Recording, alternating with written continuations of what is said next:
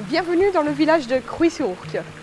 Nous avons l'impression que l'ambiance rurale ici a changé. Nous verrons que ce n'est pas une impression, mais la réalité. Au niveau de la symbolique graphique, nous ne comprenons pas pourquoi il a été nécessaire de changer le logo traditionnel, simplifié, conventionnel et mémorable de la ville par une armoirie faite de vecteurs plus complexes. Le caractère de la commune a littéralement changé. Nombreux sont les habitants qui ne reconnaissent plus leur cadre de vie rural et ont perdu leurs repères. Pour presque toutes les mesures que nous allons citer, l'avis des habitants n'a pas été sollicité au préalable ou non pris en compte une fois les mesures mises en place par surprise. Cruy-sur-Ourcq était animé au quotidien par l'ambiance que nous offrait l'église millénaire classée au patrimoine historique. Cette ambiance joyeuse était lancée grâce à l'entonnement de l'Angélus. Nous étions fiers d'entendre l'entonnement dynamique de la plus grosse cloche du canton. Un son joyeux d'1,5 tonne 3 fois par jour. Matin, midi, soir. Nous laissons l'impression d'un petit grand village et d'une petite grande église par la puissance de l'objet caché dans ce clocher datant de l'époque médiévale. Désormais, l'Angélus a quasiment disparu de notre quotidien. Ce quotidien est devenu comme bien triste.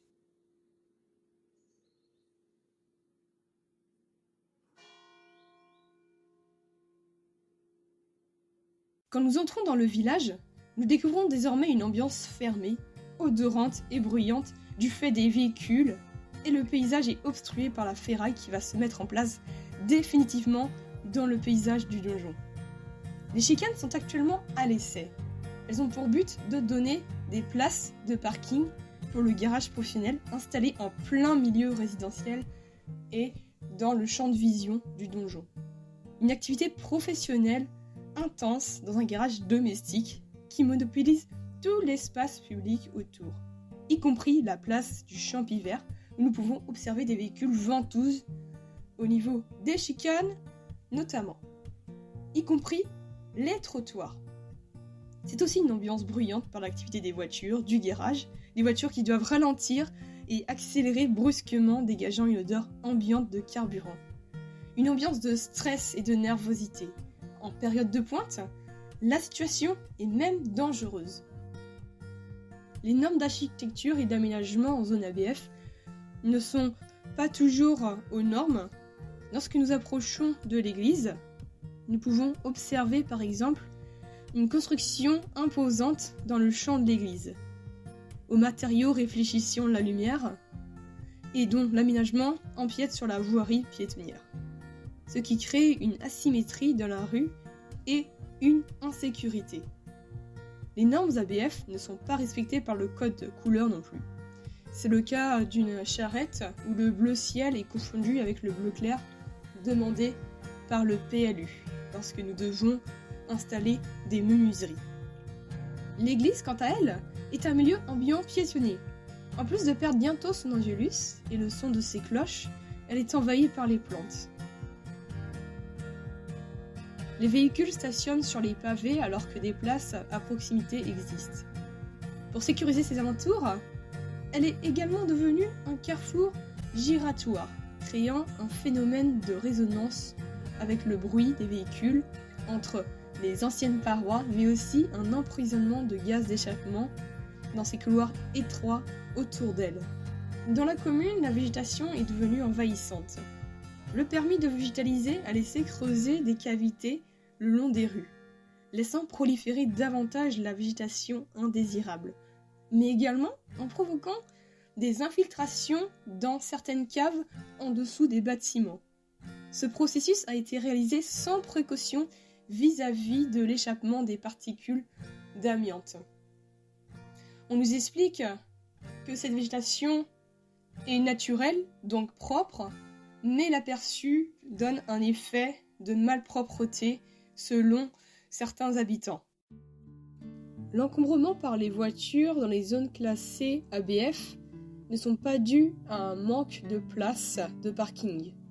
D'après les inventaires des places libres que nous avons réalisés, il s'agit d'un manque de volonté pour se garer un peu plus loin et de politique pour gérer le partage de l'espace public via le stationnement. En effet, nous observons des places libres régulièrement à seulement une centaine de mètres en périphérie des lieux d'activité accueillant du public de manière importante. Nous observons visiblement plus de voitures que d'habitants dans le paysage. D'ailleurs, l'INSEE confirme statistiquement que 45% des ménages à Cruy-sur-Ourcq ont 2 voitures et plus. Il est souvent déclaré que la voiture est indispensable en milieu rural, mais nombreuses sont des ventouses dans l'espace. Une voiture inutilisée n'est alors pas indispensable. Quand une voiture est indispensable, elle n'est jamais garée de manière permanente. La vie nocturne est saturée de lumière désormais depuis avril 2025. Cruy-sur-Ourcq est devenu Versailles en pleine campagne, au milieu de la nature.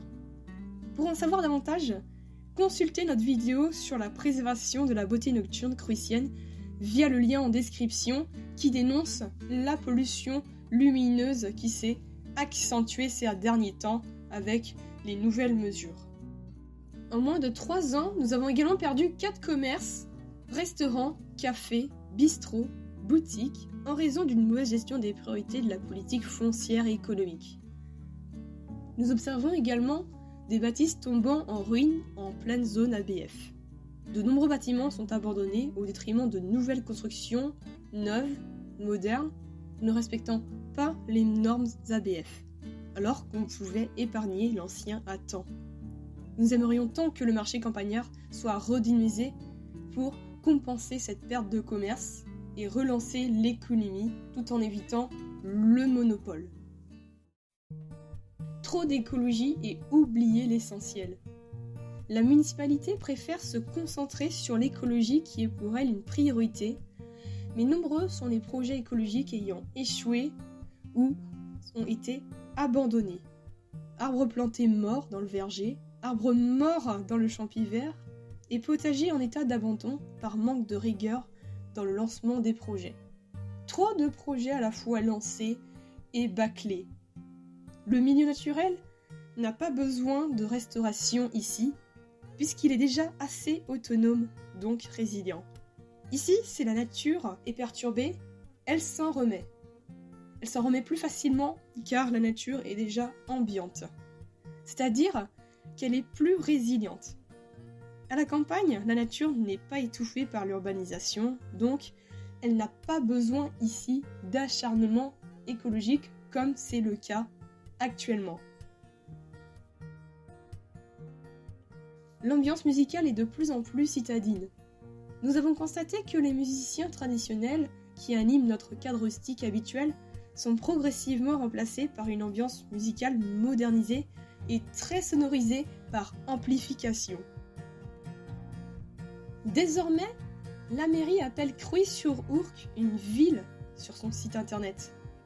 Pourtant, selon l'article D3334-8-1 du Code général des collectivités territoriales et selon l'INSEE, Cruy-sur-Ourcq est classé comme commune rurale, soit un village. On retrouve le critère de village ici par les paysages du territoire, le travail et l'économie agricole ambiant. Le patrimoine historique confère un caractère rustique au paysage. On peut en déterminer que la politique citadine est en place dans le village. Il y a plusieurs points clés qui montrent que nous passons d'un milieu rural à une ambiance citadine. L'obscurité qui devient éclairée en permanence, mais également le bruit ambiant qui est de plus en plus important et beaucoup moins géré. La circulation qui a été amplifiée en centre-ville à cause des sens interdits autour, qui font que les voitures font de plus en plus le tour du milieu urbain au centre-ville. Mais également, nous avons un changement au niveau culturel. Nous constatons que la gestion des monuments historiques passe après l'écologie, alors que la destruction d'un monument historique ici est plus irréversible que la nature ici étant assez résiliente. Pourquoi faire une politique écologique prioritaire, même si ça reste important ? Le but de cette vidéo n'est pas de faire polémique, c'est juste d'interpeller sur les changements considérables que nous avons depuis moins de 3 ans. Nous voulons démontrer que Crouy-sur-Ourcq passe d'un cadre de vie rural à un mode de vie citadin. Ce n'est pas ce que nous voulons. Nous invitons à nous adresser un courriel à fanny.blaise@life.fr si vous avez des commentaires, si nous devons remonter vos remarques, mais aussi n'hésitez pas à commenter cette vidéo dans l'espace commentaire tout en bas. Et nous vous disons à bientôt.